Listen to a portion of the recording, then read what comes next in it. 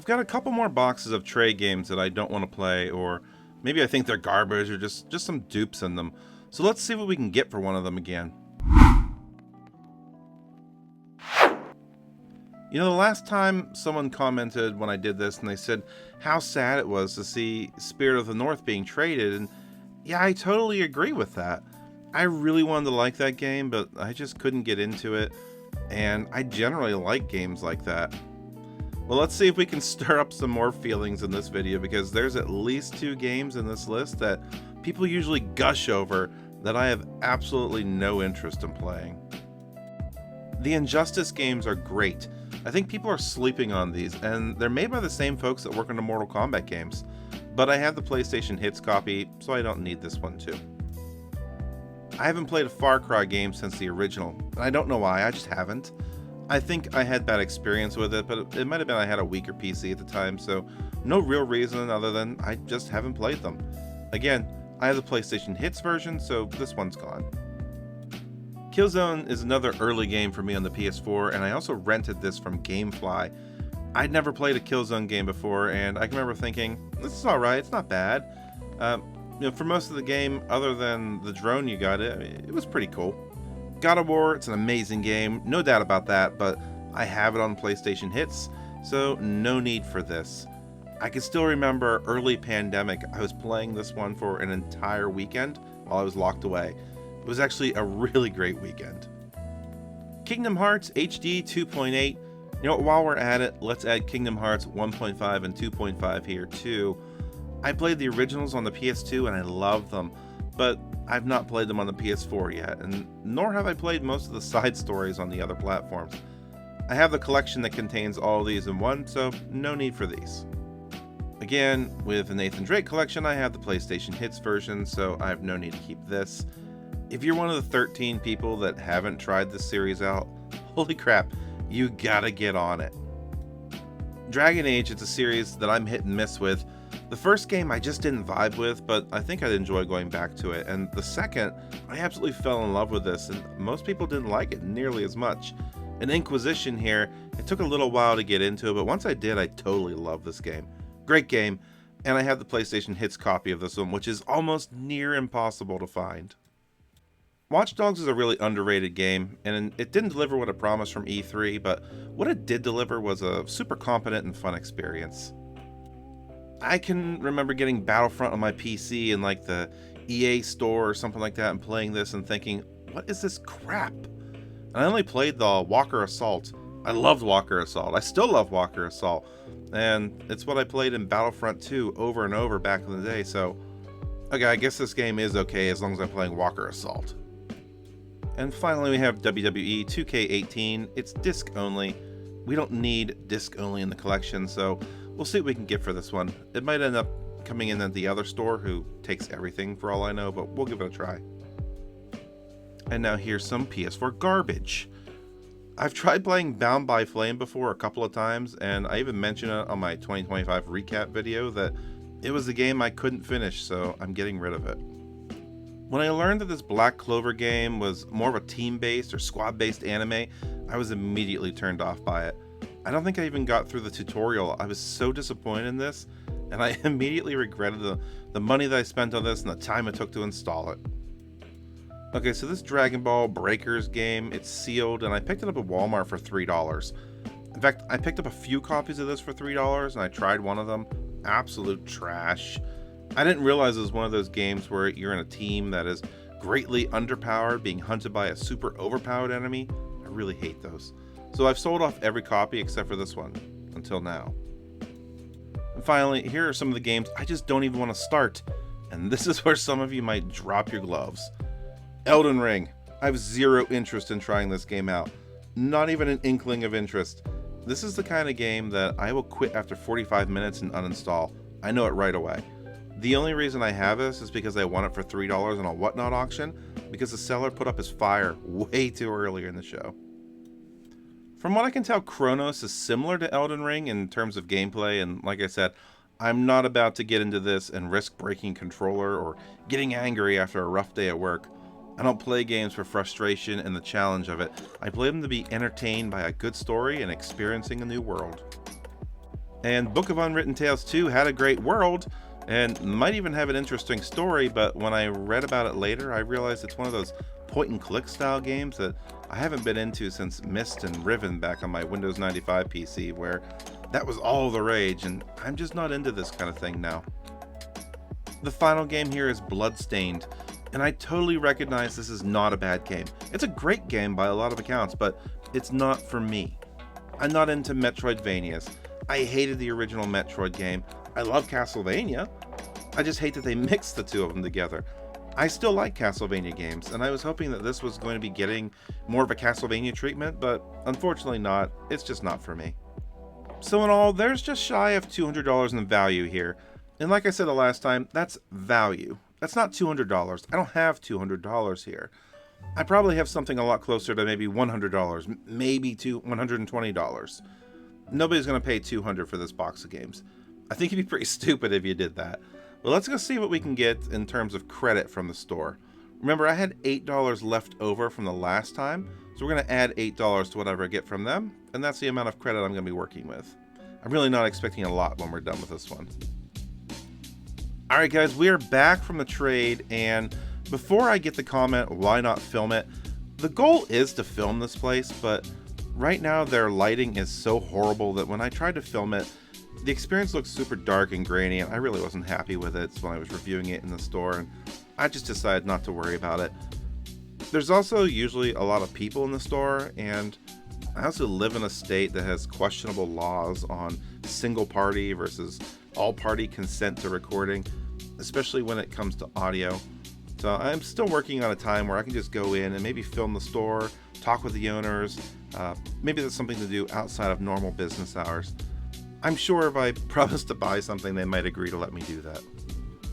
So we got $112 on the trade, and they weren't interested in taking that disc-only copy of WWE, so I still have that. And then add on the roughly $8 I had in store credit, and we were working with somewhere around $120 and some change. So what did I pick up for that amount? Spoiler though, I spent more than $120.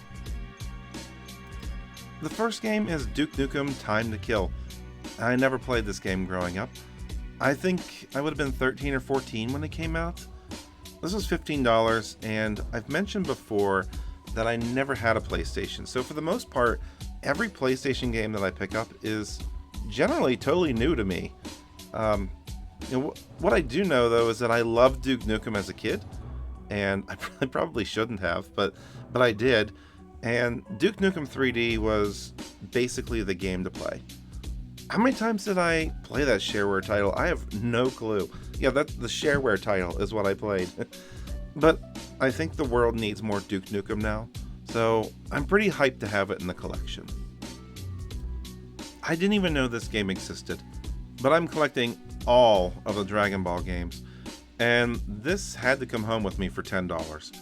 It's a fighting game, but from what I can tell, it's a side-scrolling fighter, and maybe not a good one. Funny thing though is, well, I thought it was funny, when you look at the manual on the inside, it has an advertisement for Budokai on the PS2. I just thought that was really interesting to have the two games in development like this across generations at the exact same time. I've heard this called one of the worst Dragon Ball fighting games ever. I'm not going to doubt that, but I will definitely be playing it for myself to see. Another game I didn't know existed. I thought all the Marvel fighting games were on the Marvel Fighting Collection, but this one isn't. X-Men Mutant Academy. So when I saw this, I just added it to my pile, and I'm kind of surprised it was only $14. I don't know that I know anyone who's played this, but let's try this. Has my pal across the pond in Yorkshire played this one? Let me know. The trailer looks pretty good for a PS1 game, but I don't know. I grew into playing Marvel vs. Capcom 2 on my Dreamcast, and I'm afraid I might do some comparisons to that game that this one might not deserve. The only PS4 title that I picked up was Divinity Original Sin Enhanced Edition. I'm surprised this game was still like $25. Maybe I'm not surprised, given that it's Larian Studios. I don't know why. I'd always confuse this game with Divinity 2, which is a third-person game. And for the longest time, I'd see this one and I thought, oh yeah, I have that one. I'm not going to pick that up. I wouldn't even bother to look at my Game Eye app to verify it until I did. And then I put it on my pile. I have no idea where I'm going to find the time to play this one. It's like a 60 to 80 hours worth of content. That's absolutely insane to me. I'd probably have to take some breaks in between while playing this one. Maybe every 20 hours, pick up a 4-hour game to play it or something. Otherwise, I don't know that I'll be able to get through it. Do you want to play a game? How about Saw? I recently picked up a bunch of the Saw movies at a flea market or a yard sale last year, I can't remember, for a stupidly low bundle price. And I watched a few of them and I thought, these aren't half bad. At least the first couple aren't half bad. I'm sure it gets tiring toward the end. And then I found out there's a game on the PS3, and it almost made my most wanted list for 2026. Well, here it is. I think it's the most expensive pickup on this trip at $50. Add this to the horror collection, and let's look forward to playing this one in the future. I saw there's a second one too that goes for maybe twice this or more. I researched it, and it has a much lower print run, and being a Konami game, it's not likely to have a reprint or a remaster, so it's probably just going to continue to keep going up. But for this one, has anyone played it? The Prince of Persia. Does anyone remember playing Prince of Persia on DOS back in the early 90s? That's where I first experienced this series, and I loved it. Another one of those games that a friend or relative would boot up and let me play it, because I don't think we had a computer until about 1996, maybe 1997. And then in college, one of my good friends, he'd play the Sands of Time on PS2, and I was hooked on that. He never let me play it, but I pretty much watched him beat the entire thing, and it was a really good time. So when I heard that there was a remastered trilogy on the PS3, I was totally on the hunt for it. And even though it's a little pricier than your average PS3 game at $35, I do look at it as it's 3 games. And typically those compilation discs are usually more than the singles, but either way, I'm looking forward to taking the dive into the series for the first time. Okay, here we have BlazBlue Calamity Trigger. And BlazBlue is not a series that I'm too familiar with. The only other experience I have with it is Cross Tag Battle that I played on the Game Pass a few years back, and I thought that was a pretty competent fighter and the story was interesting. The characters were definitely interesting, so I picked this one up to give it a try. I understand there's some really expensive BlazBlue games out there in the series, and I'm pretty sure I don't have any of those. But the series sure runs the gamut. I picked this up for $8, but I've seen some others go for $100 or even $300, which is absolutely insane. It's Central Fiction, the one that I'm thinking of, but it's also on the PS4 for way cheaper, and I believe I have it there, so I don't know. I would just get it there if I were you. The final pickup is Way of the Samurai 3, and I have to admit, I don't know anything about this game other than I've heard the name before. I picked it up because I'd never seen this before in the wild, and I asked the owner if he'd played it, and he said he had, and that it's the kind of game that begs for multiple playthroughs, as your story can be dramatically different since your choices matter, and it's only a short 5 or 6 hours to beat it, I guess. So that sounded really enticing to me, and I'm going to take a chance on this, that it'll be some sort of hidden gem. Maybe not to everyone else, if you've probably heard of it, and I'm just living under a rock on this one, but I'll report back later on it. So there you have it, the latest pickup from the store, and I'm fresh out of credit with them. You know, I recently went to another store out of town, and I had a pretty bad experience with them. I ended up even putting a game back that I was going to buy. I'll have to share that story with you in the near future, but it doesn't involve any trade.